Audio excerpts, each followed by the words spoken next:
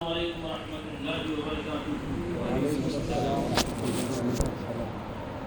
الحمد للہ رب العالمین والصلاة والسلام على سیدنا ومولانا محمد رسول رب العالمین صلوات اللہ تعالی علیہ وعلى آلہ واصحابہ وازواجہ وذریاتہ اجمعین۔ أما بعد فأعوذ بالله من الشيطان الرجيم بسم الله الرحمن الرحيم فصل لربك وانحر صدق الله المولانا العظيم وبلغنا رسوله النبي الأمين الكريم ونحن على ذلك لمن الشاهدين والشاكرين والحمد لله رب العالمين۔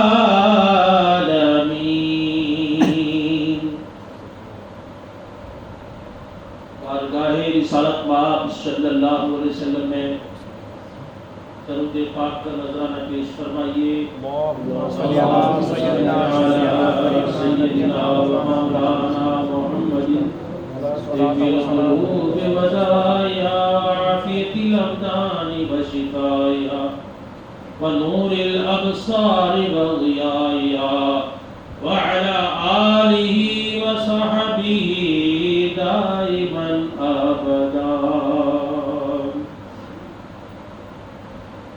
خدا کی رضا چاہتے ہیں دو عالم، خدا کی رضا چاہتے ہیں دو عالم، خدا چاہتا ہے رضائے محمد صلی اللہ علیہ وسلم، صلی اللہ علیہ وسلم۔ تماشا تو دیکھو کہ دوزخ کی آتش، تماشا تو دیکھو کہ دوزخ کی آتش لگائے خدا اور بجھائے محمد صلی اللہ علیہ وسلم، صلی اللہ علیہ وسلم، صلی اللہ علیہ وسلم۔ رضا پل سے اب وجد کرتے گزریے، رضا پل سے اب وجد کرتے گزریے کہ ہے رب سلم صدائے محمد صلی اللہ علیہ وسلم، صلی اللہ علیہ وسلم۔ سے عزت و اطلاع محمد کے ہیں عرش حق زیر پا محمد صلی اللہ علیہ وسلم۔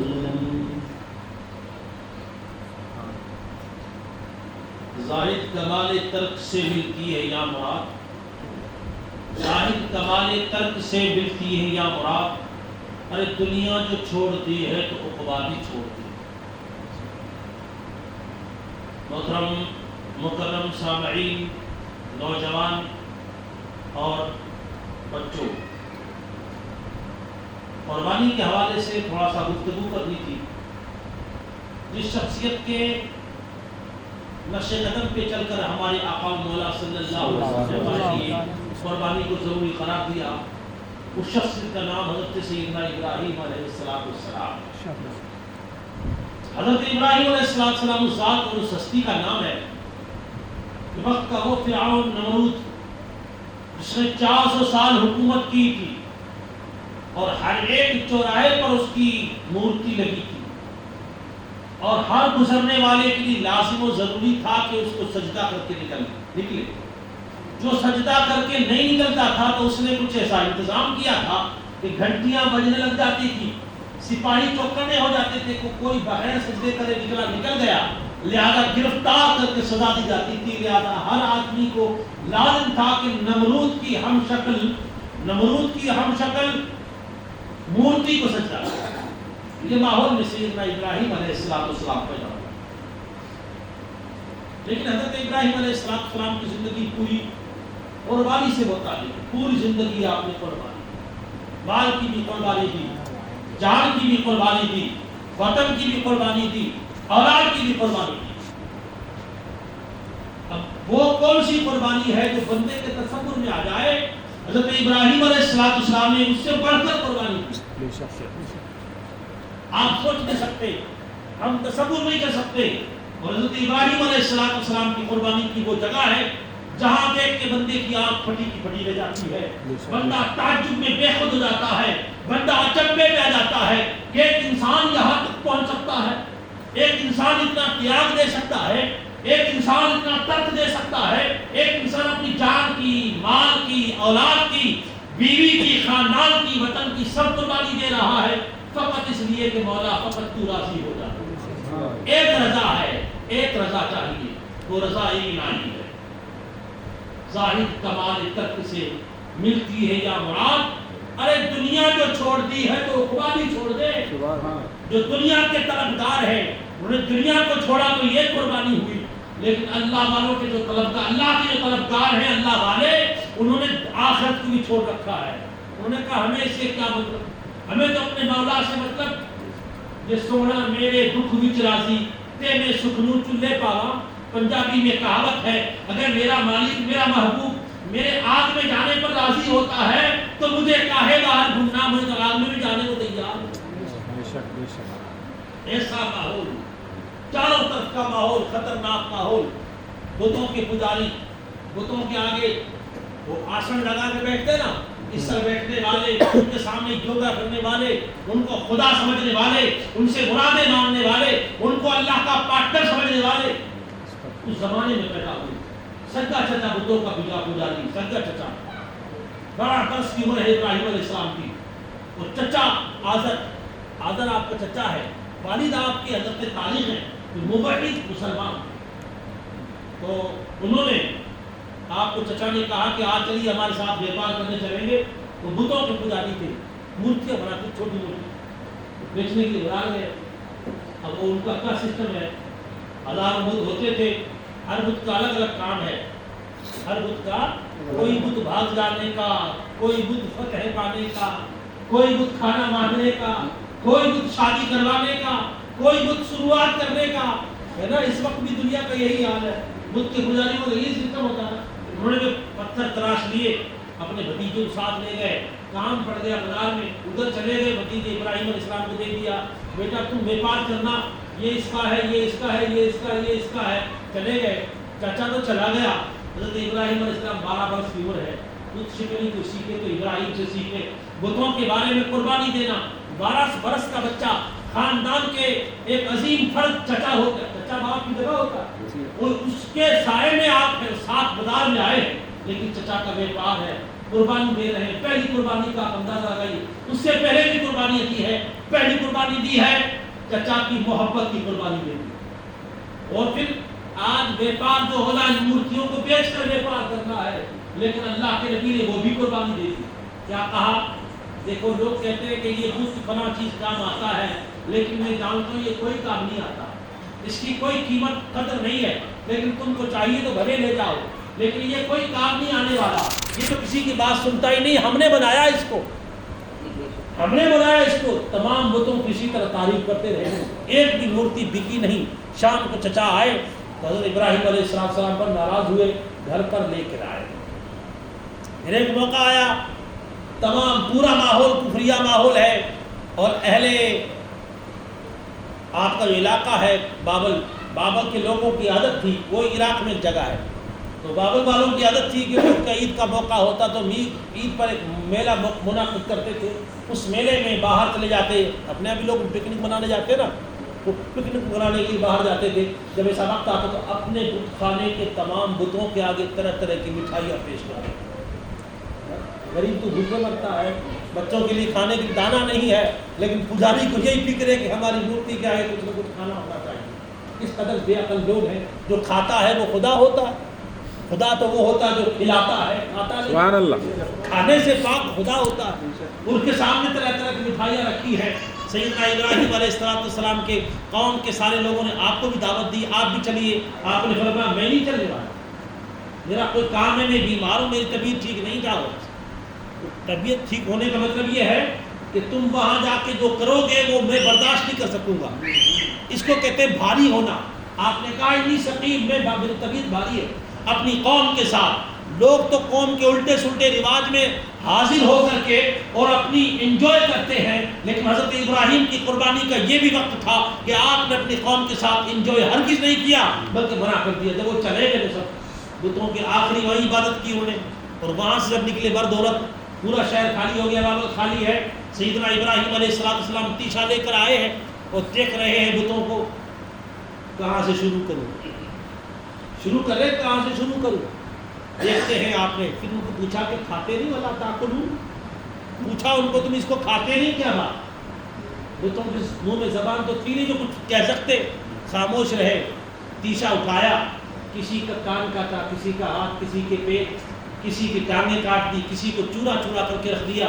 پھر وہ تیشا جو تھا، وہ سب سے بڑا جو ان کا وہ تھا، اس کے گلے میں پہنا دیا، کلاڑا اس کے پاس گلے میں اس طرح رکھ دیا، یہ ساری سزا اسی نے دی ہو۔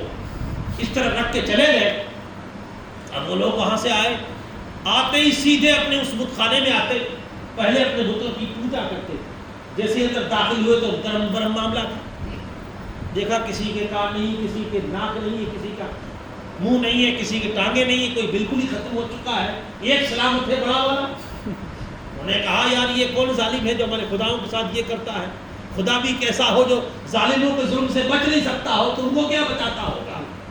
اللہ کے نبی نے ایک پیغام دیا، حکمت دی، جو خود ظلم سے بچ نہیں سکتا وہ تم کو ظلم سے بچا کیا سکتا ہے؟ لیکن وہ عقل کے اتنے بچے تھے کہ کچھ نہیں سمجھتے تھے۔ بہرحال وہ اپنے وہاں آئے، دیکھا، پھر آپ نے بات کی یہ کس نے کیا ہوگا، تو جھٹ کہہ دیا وہ ابراہیم، یقال لہ ابراہیم، اس کو ابراہیم کہتے ہیں، اس کا کام ہے۔ اچھا اس کا کام ہے، لوگوں کی نظروں کے سامنے لاؤ۔ بڑا نمرود کا دربار ہے، نہ وہاں کوئی عدالت ہے، نہ وہاں کوئی پولیس ہے، نہ کوئی مسئلہ ہے، بس وہ ڈائریکٹ بادشاہ کا جو اشارہ ہوتا وہی ہوتا۔ سب لوگوں نے بلایا ابراہیم علیہ السلام کو، بڑی دلیری کے ساتھ تشریف لائے، کوئی پرواہ نہیں جان کی، کسی چیز کی پرواہ نہیں۔ جب وہاں دربار میں تشریف لائے، انہوں نے پوچھا یہ ابراہیم ہمارے بتوں کے ساتھ آپ نے کیا ہے؟ آپ نے فرمایا بل فعلہم کبیرہم، نہیں، بلکہ آپ نے نہیں فرمایا، آپ نے فرمایا بلکہ، انگریزی میں جو بٹ کہتے ہیں BUT بٹ، وہ عربی زبان اس کو بل کہتے ہیں۔ آپ نے فرمایا بٹ، یہ جو ہتھیار اور اسلحہ برآمد جس کے پاس ہوا ہے نا، اسی کا کام نہیں ہے، ہو سکتا ہے اسی کا کام ہو۔ ہم نے کہا، پھر آپ نے فرمایا اگر وہ نہیں بتاتا ہے تو پھر ان کو پوچھو، جو کٹے پڑے ہیں جن کا کان نہیں، تمہارے کانوں کو کس نے کاٹا، ٹانگیں کس نے توڑی، تمہارا ناک کس نے توڑا، اس کو پوچھ لو نا۔ تو انہوں نے کہا آپ جانتے ہیں تو بول تو سکتے ہی نہیں۔ فرمایا کس کو پوچھتے جو بول بھی نہیں سکتا، تمہارا کام کیا کرے گا، یہ خدا ہوتا ہے۔ اب انہوں نے کہا کہ ابراہیم تم نے سب کچھ کیا، کہا، انہوں نے کہا اپنے بتوں کی مدد کرو۔ ابراہیم علیہ السلام کو آگ جلائی ہوئی، لوگوں نے منتیں مانی۔ سیدنا ابراہیم علیہ السلام فقط اتنا کہتے تھے کہ میں نے ایسا نہیں کیا ہے، آج کے بعد اس غلطی نہیں کروں گا تو سزا میں فرق پڑ جاتا. لیکن قربانی دینے کا جو انداز سیدنا ابراہیم کا ہے وہ کسی کا نہیں ہے. اللہ کے نبی نے فرمایا کوئی بات نہیں, آگ میں جلا دو. پھر ایک قربانی کا موقع آیا, آپ کے لیے اتنا بڑا وہ بنایا گیا, آگ کا الاؤ اتنا بڑا بت قدا آتش قدا بنایا گیا کہ اوپر سے کوئی پرندہ نکل نہیں سکتا تھا. محلے کی عورتیں, گاؤں شہر کی عورتیں منت مانتی تھی, میرا فلاں کام ہو جائے تو میں اتنے کلو لکڑی سے ڈال دیا کروں.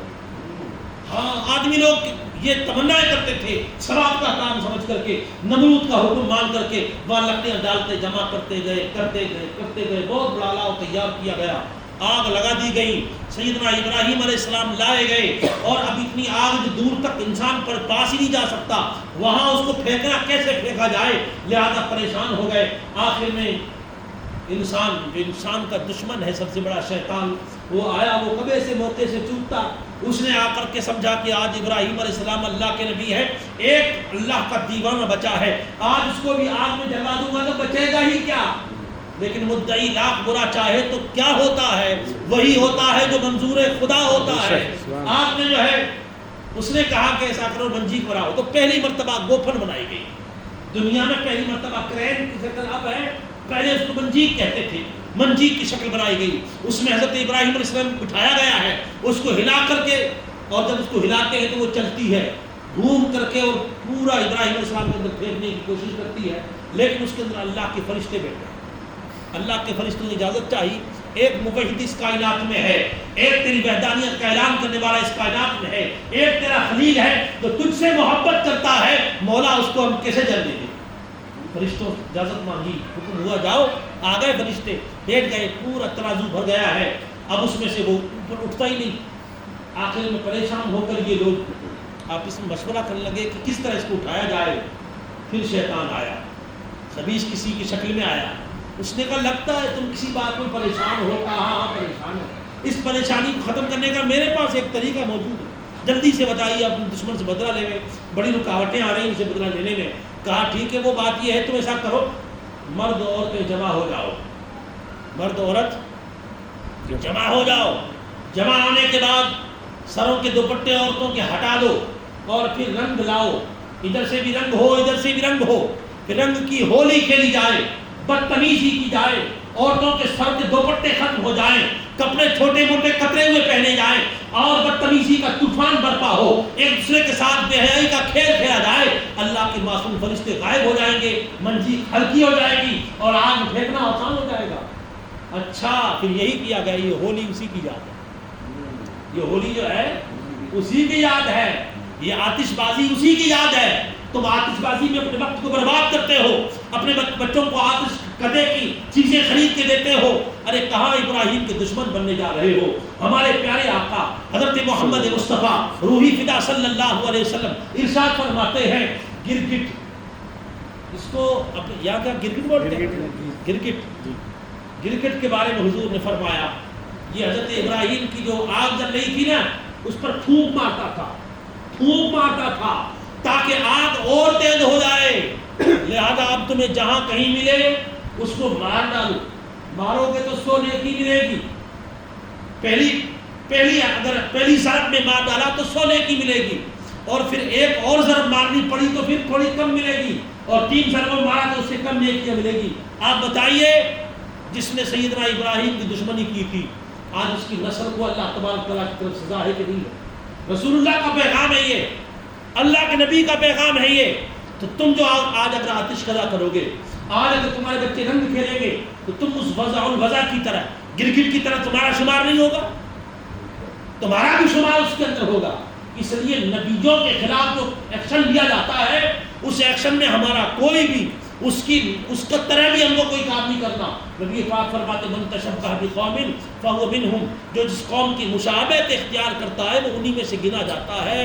آج ہماری بہن بیٹیاں کیا کرتی ہے, ہمارے لڑکے نوجوان کیا کرتے ہیں, ہمارے بال کس کے انداز سے کاٹے جاتے ہیں, ہمارے کپڑے کس طرح کے پہنے جاتے ہیں, ہمارے معاشرے کا انداز و اصول کیا ہے, آج ہم کہاں جا رہے ہیں. چلنا تھا سنت ابراہیمی پر اور چل گئے شیطانی طریقے پر. پھر حضرت ابراہیم علیہ السلام کو جب آگ میں پھینکنے کا وقت آ گیا, اب وہ ہلکا ہو گیا، گوفل بھی چلانے کے لائق ہو گیا۔ جب گوفل چلنے لگا ہے، حضرت سیدنا جبریل عرض کرتے ہیں اے اللہ کے نبی، میں وہاں جاتا ہوں جہاں کسی کی پہنچ نہیں ہے، اگر آپ کو سفارش کرنی ہے تو میں حاضر ہوں، بندہ آپ کی دربار میں حاضر ہے، بتانے میں خدا کی دربار میں جا کے آپ کے لیے عرض کروں۔ فرمایا ہے جس کے لیے جا رہا اس کو نہیں معلوم؟ کیا معلوم؟ پھر اس نے ان کے دل میں بات کس نے ڈالی جلانے کی؟ بولے اسی نے ڈالی ہے۔ اچھا، لکڑیاں جمع کرنے والا، کروانے والے، کرنے کا جو ان کو طریقہ کس نے بتایا؟ بولے اسی نے بتایا۔ پھر میرا مالک جب اس بات میں راضی ہے تو مجھے اس میں چی بچی کرنے کی ضرورت کیا ہے؟ کیا کرنے کی ضرورت ہے؟ حدیث میں آتا ہے کہ قیامت کے دن اللہ تبارک و تعالیٰ بتوں کی پجاریوں سے کہے گا تم بتوں سے محبت کرتے ہو؟ کہا ہاں۔ پھر ہم نے بتوں کو جہنم میں ڈال دیا، تم بھی خود جاؤ، وہ سب واپس لوٹ جائیں گے۔ فرمایا کیا اس کا نام محبت ہے؟ ہمارے محبوب اور ہمارے محب ہم سے محبت کرنے والے میدان میں آ جائیں۔ پھر اللہ تبارک و تعالیٰ کے اولیاء آئیں گے، معروف قرخی آ گئے، جنید بغدادی آ گئے، باجید بستانی آ گئے، عبد القادر جیلانی آ گئے، معین الدین چشتی آ گئے، ثابت پیا کلیاری آ گئے، امام احمد رضا خان فاضل بریلوی آ گئے، امام ربانی مجدد الف ثانی آ گئے، یہ تمام بزرگان دین حاضر ہوں گے۔ ارشاد ہوگا ہم سے محبت کرتے ہو؟ کہا ہاں۔ ہم سے محبت کر تو جہنم میں کود جاؤ۔ اللہ کی قسم حدیث میں آتا ہے اللہ والے قیامت کے دن جہنم میں کودنے میں دریغ نہیں کریں گے، جہنم میں چھلانگ مار دیں گے۔ پھر کیا جہنم کی طاقت ہے اللہ والوں کو جلا دے؟ ہے طاقت؟ نہیں جلا سکتا، جہنم نہیں جلا سکتا۔ ارے پورا قرآن ہی ایک آیت صحیح ہر مسلمان کے سینے میں موجود ہے۔ لہذا اللہ والے تو وہی ہے جو اللہ کی خاطر اپنی جان کی پرواہ بھی نہیں کرتے۔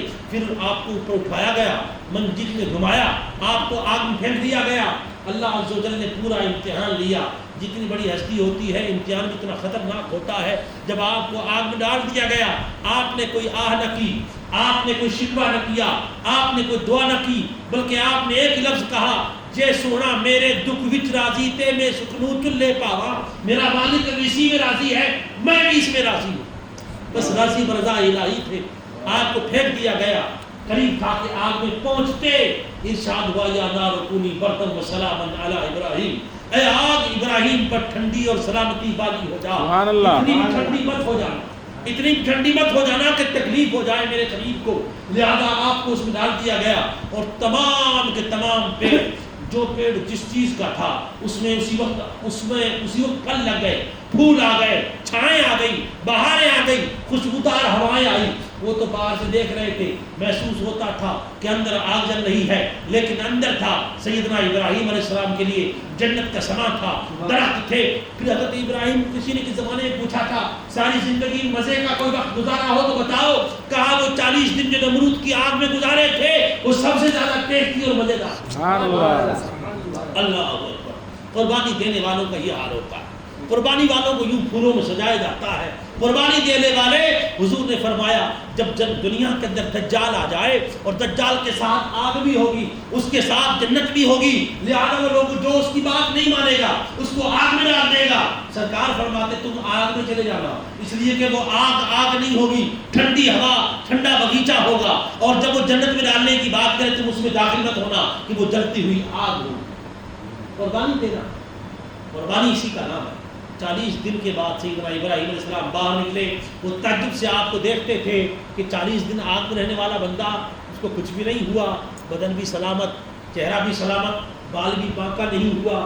اللہ اکبر۔ پھر حضرت ابراہیم علیہ السلام وہاں سے ہجرت کرتے ہیں، اپنا وطن چھوڑ کر پھر فلسطین آتے ہیں۔ اس کے بعد اب فلسطین آئے ہیں اور آپ نے شادی فرمائی ہے۔ حضرت ابراہیم علیہ السلام کی قربانی کا ایک معاملہ یہ ہے کہ 3 قربانیاں میں نے بیان کی آپ کے سامنے، چوتھی قربانی یہ کہ آپ ملک فلسطین آ گئے۔ اب ایک بات بتا کر اپنی بات ختم کر دیتا ہوں۔ پھر آپ نے شادی کی، پھر آپ کی 2 شادیاں ہوئی، حضرت سارہ اور حضرت ہاجرہ سے۔ کتنی شادیاں ہوئی؟ 2 شادی کا مسئلہ بھی ہوتا ہے، ہماری بہت ساری اسلامی بہنیں 2 شادی سے کوئی ناراض ہوتی ہے کہ نہیں؟ اللہ تبارک و تعالیٰ اس کا رسول فرماتا ہے تو پھر بات کیا ختم ہو جاتی ہے؟ تم کیا اللہ اس کے رسول سے زیادہ جانتے؟ خدا اس کے رسول سے زیادہ تم سمجھدار ہو؟ ان سے زیادہ تمہاری عقل ہے؟ قرآن نے تو فرما دیا، بات ختم کر دی نا، بات ختم کر دی۔ تمام انبیاء کرام کی آپ جس کی زندگی دیکھیں گے، ہر نبی کی زندگی میں 2 3 عورتیں، 4 عورتیں، 5 عورتیں، جس کی شریعت میں جیسا حکم ویسا ہوتا تھا. تو 2 عورتیں آپ کے پاس ہیں. اللہ کا حکم ہوا کہ جوان سال نوجوان بیوی جس کو اللہ پاک نے بیٹا عطا فرمایا ہے، وہ بیٹا بھی 90 برس کی عمر میں آپ کو عطا ہوا، حضرت اسماعیل علیہ السلام. اس کی ماں کو یہاں سے اٹھاؤ اور 4000 کلومیٹر دور ملک مکہ مکرمہ میں چھوڑ کے آؤ، جس وادی میں کچھ نہ آبادی ہے، نہ درخت ہے، نہ چھاؤں ہے، نہ پانی ہے، نہ کھیتی ہے، نہ باغیچہ ہے، وہاں چھوڑ کے آؤ. اب یہ بھی خیال ہے دل کے اندر، کھائیں گے کیا؟ کوئی نہیں ہے، درندے کاٹ کے مار ڈالیں گے 3 بار. چوتھی بات، تکلیف کوئی ہوئی تو پوچھنے والا کوئی نہیں. چوتھی بات، وہاں پر ان کے کوئی بچانے والا نہیں، ان کے ساتھ کیا ہو جائے. 5 چیزیں ہیں اور 5 چیزوں کی قربانی دی کہ میرا مالک جو کہتا وہی کیا. وہاں سے ان کو اٹھا کے لائے اور مکہ مکرمہ لائے. دودھ پیتا بچہ ہے، یہ الگ قربانی ہے. بیوی کو یہاں پر لا کے چھوڑنا یہ الگ قربانی ہے. دینے کو کیا فرمایا؟ تھوڑی سی کھجوریں دی، پانی کا مشکیزہ بھر کے دے دیا ہے اور کچھ نہیں. فرمایا رکھ کے روانہ ہو جاؤ. روانہ ہو. اب سوچئے جس بیوی نے 90 برس کی عمر میں دامن تھاما ہو، 2 سال کے بعد اس کے بچہ ہوا ہو اور بچہ بھی اتنا حسین و جمیل ہو، سبحان اللہ، جس کی شکل حضرت محمد مصطفیٰ سے ملتی ہو، ایسا عظیم بچہ، اور 90 برس کے اندر بچہ ملا ہو اور اکیلا بچہ ہوتا، وہ کتنا لاڈ کا لڈو ہوتا ہے. لیکن حضرت ابراہیم علیہ السلام سے یہ بھی قربانی دی گئی، اس کو بھی دور کرنا. جوان سال بیوی خوبصورت ہے، اسے بھی دور کرنا ہے. مصری ہے آپ، مصر کی خوبصورتی دنیا میں مشہور ہے. ایسی بیوی کو کوئی جدا کرتا ہے؟ جہاں چھوڑنے آئے اتارا، صفا مروہ کی پہاڑی پہ اتارا، چھوڑ کے روانہ ہوئے. اللہ اکبر، دل پہ کیا بیتی ہوگی. لیکن اللہ والے دل کی بات نہیں سنتے، عشق والے اللہ کی بات سنتے. سبحان اللہ. یہ قربانی دیکھنے والی ہے، یہ معاملہ بھی دیکھنے والا ہے. اللہ اکبر. کیا بتائیں، جدا جب یار ہوتے ہیں تو آنسو تیر بن کر کے پھر جگر سے پار ہوتے ہیں. یہ ساری کیفیتیں ہو رہی ہوں گی، لیکن اللہ کا خلیل سامنے تھا، عام انسان نہیں تھا کہ ان کی محبتیں زنجیریں پا بن جاتی. اللہ کے نبی نے واپس مڑ کے دیکھا بھی نہیں. سیدہ ہاجرہ پیچھے پیچھے جاتی ہے، آواز دیتی ہیں آپ یہاں ہمیں کس کے آسرے کس کے بھروسے چھوڑ جاتے ہیں؟ آپ کوئی جواب نہیں دیتے. جیسا حکم تھا 2 بار 3 بار 4 بار پوچھنے پر بھی جواب نہیں دیا. تب حضرت ہاجرہ عرض کرتی ہے کہ آپ ہم کو یہاں پر اللہ کے حکم سے چھوڑے جا رہے ہیں؟ فرمایا ہاں، یہ ہماری زمانے کی عورتیں نا، ہماری بہنوں کو، ہماری عورتوں کو کہہ دو نا فلاں کافروں سے جو یہ پیسے ملتے ہیں، یا یہ آپ کو جو یہ کون سا وہ بچت گڑھ ملتا ہے یا لون ملتا ہے، چھوڑ دو. ارے نہیں، ہم کو 10,000 کا موبائل بھی تو خریدنا ہے، 2-4 جھمکے بھی تو خریدنے ہیں، 5-10 ڈریس بھی خریدنی ہے. لعنت ہو ان چیزوں پر جو غیرت و عزت قوم کی بیچ کر کے خریدا جائے. غیروں کے سامنے اپنا چہرہ دکھانے کے لیے تو نہیں پیدا ہوئی، تو عزت کی جگہ ہے. ہماری زبان میں کہاوت ہے کہ ایک عورت 7 قرآن کے برابر عزت رکھتی ہے. کتنی؟ 7 قرآن کے برابر عزت رکھتی ہے. ایسا کیوں کہا گیا؟ اس لیے کہا گیا کہ قرآن مقدس ہمیشہ غلاف پہ لپیٹ کے رکھتے ہیں. عزت والی کتابیں تب ہے، دوسری کتابیں کھلی رکھی ہیں. فتاوی رضویہ کھلی ہے، بخاری شریف کھلی ہے، مسلم شریف کھلی ہے. قرآن پاک کو جزدان میں لپیٹ کے رکھتے ہیں، اس لیے کہ عزت والی کتاب ہے. اللہ پاک نے فرمایا جس طرح قرآن عزت والی ہے، عورت بھی اسی طرح عزت والی چیز ہے. تو شہزادی ہے، شہزادیوں کے لیے بازار ٹھیک نہیں ہوتا، ان کے لیے اپنا گھر بار سب کچھ ہوتا ہے.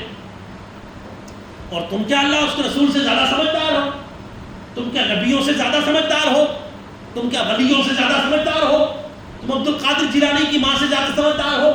تم خواجہ پاک خواجہ اجمیر کی ماں سے زیادہ سمجھدار ہو؟ تم امام ربانی مجد الفیضانی کی ماں سے زیادہ سمجھدار ہو؟ نظام الدین محبوب الہی کی ماں سے زیادہ سمجھدار ہو؟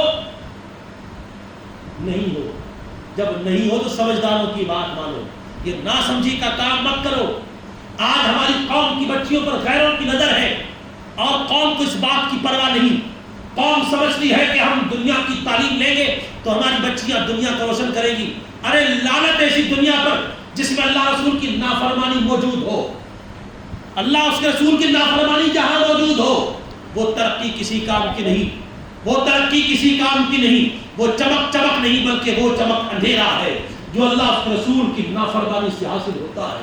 حدیث پاک میں ہے لا طاعت لمخلوق فی معصیۃ الخالق جہاں اللہ کی نافرمانی کا شبہ پایا جاتا ہو یا نافرمانی پائی جاتی ہو تو مخلوق میں ایسی کسی کی اتباع کرنا ہرگز جائز نہیں۔ اے حامدہ، اے افسانہ، اے رخسانہ، اے میری بہن، جو بھی دنیا کے اندر جتنی بھی عورتیں اسلامی ہیں، تم محمد رسول اللہ کی دین کی عزت ہو، تم مسلمانوں قوم کی عزت ہو، تم ہماری غیرت و حمیت کا جنازہ بازار میں جا کے مت نکالو۔ سیدنا ابراہیم علیہ السلام نے اپنی بیوی سے کہا تمہیں اللہ کی راہ میں وہاں بیٹھنا ہے، اپنے شوہر کی بات مانی کہ نہیں مانی؟ حدیث میں آتا ہے عورت تہجد گزار بھی ہو، 5 وقتہ نمازی بھی ہو، روزے بھی رکھتی ہو، قرآن بھی پڑھتی ہو، لیکن شوہر ناراض ہے تو اللہ کبھی راضی نہیں ہوگا۔ اللہ راضی کرنا ہے تو شوہر کو راضی کرنا ہوگا۔ عورت کے لیے سب کچھ اس کا شوہر ہوتا ہے۔ یہ بھی نہیں ہونا کہ عورت 25 سال کی ہو رہی ہے، 40 سال کی ہو رہی ہے، 30 سال کی ہو رہی ہے، شادی کا نام و نشان نہیں ہے۔ ابھی تو ہماری بچی BSc کر رہی ہے، ہماری بچی ابھی تو یہ کر رہی ہے۔ پہلے میرج ہونا، پہلے شادی ہونا، پہلے اس کا نکاح ہونا، اس کے بعد تمہیں دنیا کی جو پڑھائی کروانی ہے کروائی، پردے میں رکھ کر کے آپ کو جو کچھ کرنا ہے۔ اتنی ساری اونچی سے اونچی گریڈ کی لڑکیاں آپ کو مل جائیں گی تو آپ کو رشتے کہاں سے ملیں گے؟ رشتے کی تکلیف یہ ہے کہ کوئی رشتہ نہیں کرتی کہ بھئی ہم تو ہمارے کم سے کم ہم بیچلر ہیں، ہم نے جو ہے BA کیا ہے، ہم نے B.Ed کیا ہے، ہم نے MA کیا ہے، ہم کو اتنا ہی اچھا دولہا ہونا۔ پھر وہ دولہے ملتے نہیں ہیں، 50 سال کی عمر بیت جاتی ہے، پھر غیروں کے ہاتھ بک جاتی ہے، قوم کی عزت ختم ہو جاتی ہے، اور برسر بازار ہم بے عزت ہو کر کے بازار میں سروں کو جھکا کر نکلتے ہیں۔ اللہ اکبر، یہ عزت تمہارے ہاتھ میں ہے۔ تم چاہتی تو قوم کو اوپر نظر اٹھا کے چلنے کے لائق بناتی، اور تم چاہتی تو قوم کو بیچ بازار میں قوم کی عزت کو نیلام کر دیتی۔ تمہارے ہاتھ میں ہے۔ حضرت حاجرہ نے قربانی دی، آج ان کی یاد میں اللہ تبارک و تعالیٰ نے حاجیوں کو صفا مروہ کے بیچ میں دوڑنا لازم کر دیا۔ یہاں وہ دوڑی تھی، تم کو دوڑنا ہے۔ آج دوڑنے کی ضرورت کوئی نظر نہیں آتی، لیکن میری بندی دوڑی تھی، اپنے شوہر کی عزت کرنے والی، اپنی شوہر کی بات کو ماننے والی، یہاں سے دوڑی تھی، تمہیں بھی یہاں سے دوڑ کے گزرنا ہے۔ اور ان کی اس بے قلی پر اللہ پاک نے زمزم کا پانی دیا۔ آج اس پانی کے اندر کمال یہ ہے کہ تمہاری جو بھی تمنا ہے زمزم کا پانی لے کے اس تمنا کی، اس مراد کو حاصل کرنے کے لیے پیجئے، اللہ تبارک و تعالیٰ تمہاری اس مراد کو ضرور پوری فرمائے گا۔ رسول اللہ نے وعدہ فرمایا۔ اسلام قربانی مانگتا ہے۔ آپ کو خیال ہوتا ہوگا ہم بازار میں جائیں، لیکن اس خیال کی قربانی دیجئے۔ آپ کو خیال ہوتا ہوگا کہ ہم بھی BA کریں، لیکن اس بے پردگی ہوتی ہے، اس لیے اپنی استطاعت کی بھی خواہش کی بھی قربانی دیجئے۔ آپ فاطمہ زہرا کی کنیز بنیے تاکہ اس زمانے میں کوئی غلام حسین پیدا ہو اور کائنات کے اندر اسلامی دین کا کام ہو۔ اللہ تبارک و تعالیٰ ہمیں قربانیاں دینے کی توفیق عطا فرمائے۔ قربانی کے مسائل بہت سارے ہیں، مسائل پہ میں بات نہیں کر سکا، لیکن میں آپ قربانی کی ہمیں سمجھانے کی بات کر چکا ہوں۔ اگر آپ کو کوئی سوال کرنا ہو تو ضرور پوچھیے۔ اللہم صلی علی سیدنا محمد وعلی آلہ وصحبہ وسلم۔ یا اللہ نبی ہمیں یا اللہ یا رحمان یا رحیم قربانی دینے کی توفیق عطا فرما، خوش دلی کے ساتھ قربانی کی توفیق عطا فرما۔ میرے مالک ہمارے گناہوں کو معاف فرما، ہماری عزت و آبرو کی حفاظت فرما۔ یا اللہ دین مصطفیٰ پر بڑھتے رہنے کی توفیق عطا فرما، صغیر کبیرہ گناہوں کو معاف فرما۔ یا الہ العالمین اور بیماروں کو شفاء کاملہ عطا فرما، ہمارے کمزوروں کو طاقت عطا فرما، بے روزگاروں کو روزگار حلال عطا فرما، میرے بچوں کو نیکوکار اور دیندار بنا دے۔ الہ العالمین اس گھر کو تیرے نام پر سے رکھا گیا میرے مالک کے آباد فرما دے۔ اس گھر کو جو آباد کرتے ہیں، جو بچے نماز پڑھ جاتے ہیں، میرے مالک ان کی جائز مرادوں کو پوری فرما، ان میں علم دین عطا فرما، دین سے تعلق اور محبت عطا فرما۔ جو مسجد میں حاضر ہے میرے مالک، یا جس سے کوئی حاضر نہیں ہو پایا، یا جو میری بہنیں بیٹیاں مجھے اس وقت نہیں تھی، میرے مالک ان سب کو بھی عمل کرنے کی توفیق عطا فرما۔ جو پردے میں اسلامی بہنیں بیٹھتی میرے مالک، ان پردے والی اسلامی بہنوں میں ہماری اس محفل کو اپنی بارگاہ میں قبول فرما۔ سبحان ربک رب العزۃ عما یصفون وسلام علی المرسلین والحمد للہ رب العالمین۔